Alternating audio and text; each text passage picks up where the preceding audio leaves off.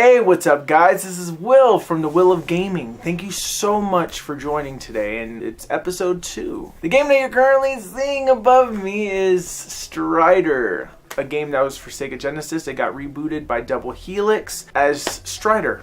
Simply Strider. This game is kind of like a Metroid-like game where it's like, or Metroid Castlevania, and then you can kind of like find items and your character gradually gets stronger as the game progresses.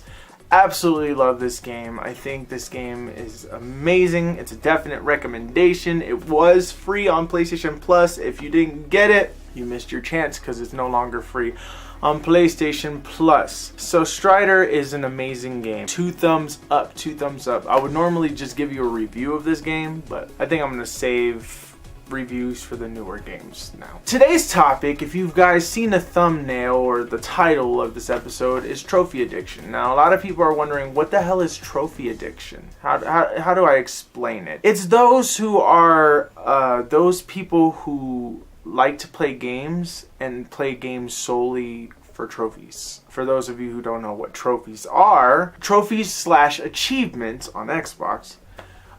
Trophies are on PlayStation. And they've been a part of it since last gen, since PS3. And Xbox originally started this whole entire trend of achievements on the 360. The developers of these games who create a list of objectives or challenges for you to do. They're not required for you to beat the game or anything like that. It's not. It's just a side thing.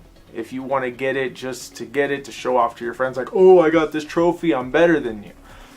Well, the thing is that I am a trophy addict, and I'm slowly recovering. I haven't really went for a trophy for a while, unless if it was complete by accident. I currently have 53 platinums. That's a lot. I started in the end of 2011.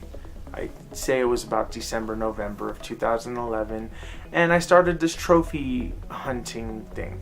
Originally, it was just something simple. It wasn't supposed to be something that was as massive as it got. It definitely made games a lot fun in the beginning. There were certain companies that made games where trophies are like impossible on purpose. Now the problem is that here I have 53 platinums. And without fail, without quitting, I was able to get 53 platinums in a row. It took to the 54th, my attempt at the 54th platinum, which was Watch Dogs for PlayStation 4, that kind of discouraged me and like took me, off of the whole trophy thing.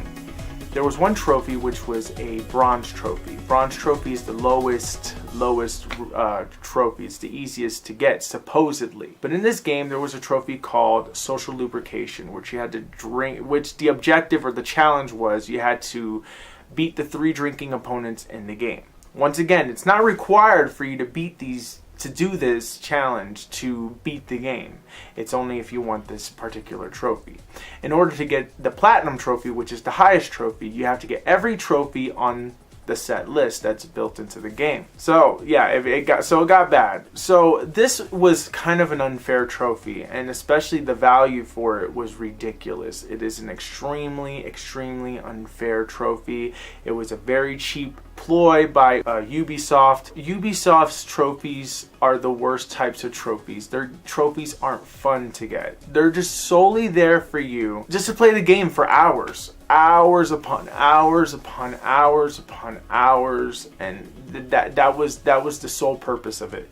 Assassin's Creed 4, hours and hours and hours and hours and hours of grinding and all that other stuff. And other games, did that too. Like there's games that require you to be really good at multiplayer, like GTA. It requires hours and hours and hours of you playing a multiplayer that I don't personally like. I'm not enjoying this. And there's other trophies where it requires other people to get a trophy. And that sounds fun, right? If you have other friends that are into trophy hunting as much as you are, then it was simple. But for me, I absolutely dreaded these types of trophies, because here I am playing the game with 2 controllers by myself. Still to this day, I love trophies. I do not have a problem, but I will not grind my rules have changed. So originally, I used to go for multiplayer trophies. I only go for multiplayer trophies if and only if you can do them by yourself. 2, if it's absolutely possible to do it without having to be the most skillful person in the game. I do not do DLC trophies, which is downloadable content trophies.